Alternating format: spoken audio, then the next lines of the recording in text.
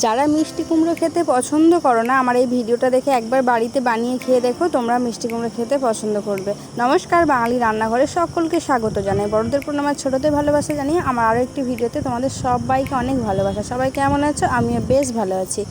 আজকে রান্নাবান্না প্রায় দেখো আমি শুরু করে দিয়েছি। আজকে এদিকে পকোড়া বানাবো। আজকে মিষ্টি কুমড়ো ছিল ফ্রিজে, ভাবলাম ভাজা তরকারি তো অনেক সময় খাওয়া হয়, সেই জন্য আমি বেসন নিয়েছিলাম কিছুটা পরিমাণে, তার মধ্যে লঙ্কার গুঁড়ো, একটু হলুদ, লবণ, কর্নফ্লাওয়ার, একটু মুচমুচে হওয়ার জন্য, আর দিয়েছিলাম অল্প পরিমাণে কালো জিরে। তারপরে দিকে তারপরে তেলের মধ্যে বেশ অনেকটা পরিমাণে সাদা তেল দিয়েছিলাম কড়াইয়ের মধ্যে। তারপরে আমি একে একে বেসনের মধ্যে ডুবিয়ে পাতলা পাতলা করে মিষ্টি কুমড়োগুলোকে কেটে নিতে হবে। কুমড়োগুলোকে কেটে তারপরে ব্যাটারে ডুবিয়ে তেলে দিতে হবে। তারপরে দেখো কি সুন্দর একদম মুচমুচে। আর এদিকে আমার রান্না বান্না দেখতেই পাচ্ছ শুরু করে দিয়েছি, অনেকটা হয়েও গেছে। আর এদিকে ভাজাটাও দেখো লাল লাল করে আমি ভাজা করছি। এর আগে আমি বকফুল বানিয়েছিলাম, আজকে ভাবলাম মিষ্টি কুমড়োটার বড়া বানাই। এরকম থাকলে আর একটা বড়া থাকলে ভাত খাওয়ার সময় কোনো অসুবিধা হয় না। তার প্রথমগুলো ভাজা হয়ে গেছে, পরেরগুলো আমি আরও একে একে পরেরগুলো তেলের মধ্যে দিয়ে দিচ্ছি। দিয়ে আমি আবার উল্টে পাল্টে করে ভেজে নিচ্ছি। দেখো কর্নফ্লাওয়ার যেহেতু দিয়েছি একটুও লেগেও যাবে না, আর একদম মুচমুচে করে ভাজা হবে, খেতেও খুব ভালো লাগে। তারপরে এদিকে দেখো আমার রান্নাবান্না এদিকে আমি আজকে বানাবো।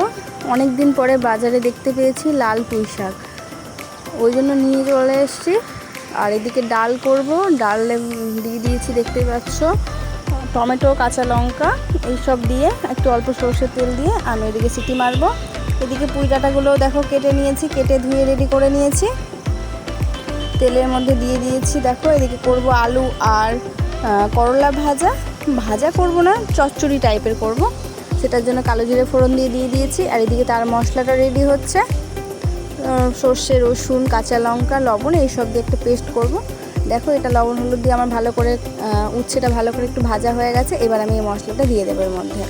এরকমভাবে একবার বাড়িতে বানিয়ে খেয়ে দেখো।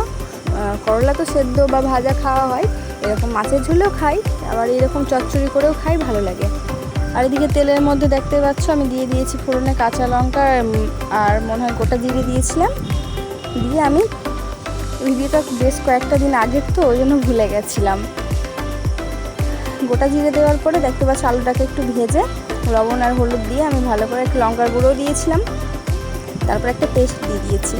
এটাকে দিয়ে আমি ভালোভাবে তরকারিটা কষাচ্ছি। আমি এই সবজিটা যখন রান্না করি বেশ অনেক ধরনের সবজি, মানে কাঁচা সবজি, ঝিঙে, পটল, আলু, বেগুন সব কিছু দিয়ে করি, মিষ্টি কুমড়ো দিয়ে করি।